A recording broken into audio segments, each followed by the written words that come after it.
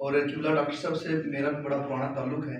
बहरहाल जैसे उस्ताद फरमा रहे थे कि डॉक्टर साहब के लेक्चर के हवाले से एक दो बातें करूँगा। सबसे पहली बात तो ये कि जैसे रसूलुल्लाह सल्लल्लाहु अलैहि वसल्लम का फरमान भी है कि लोगों के लिए आसानी पैदा करो और तंगी से लोगों को बचाएं।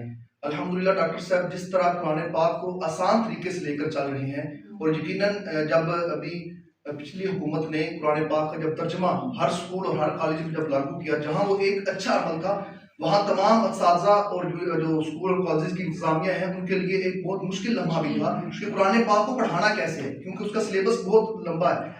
तो अल्हम्दुलिल्लाह डॉक्टर साहब ने एक ऐसा मेथड जो है कि जो कवायद और जो चीज़ें हम दरसियात उनके पढ़ के आए हैं, हमें पता है कि तकरीबन एक साल 6 माह लग जाते हैं सिर्फ माजी के और मुजारे की अलामात को समझने में। और किबला डॉक्टर साहब ने माशाल्लाह 10-15 मिनट में, आधे घंटे में मतलब ये सारी चीज़ें बताते हैं। जब 60 मिनट का लेक्चर जब एक बच्चा बैठ के सुनता है, और यकीनन मैं क्योंकि आपके काफ़ी लेक्चरों में इनके हमसफ़र भी बना और मैंने इनका स्टूडेंट बनने का भी शरफ हासिल है। अल्हम्दुलिल्लाह इस चीज़ को हमने अपनी आंखों से मुशाहिदा भी किया है।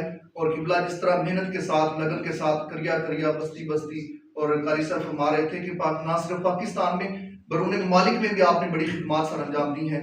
हम इनके लिए दुआ कर सकते हैं कि अल्लाह ताला इनको मजीद इस काम में मजीद बढ़ कर अल्लाह ताला की मेहनत करने की तौफीक अता फरमाए, और हम सबको इस कुरान फाहमी के इनके इस मिशन में इनका दस्तों बाजू बनने की तौफीक।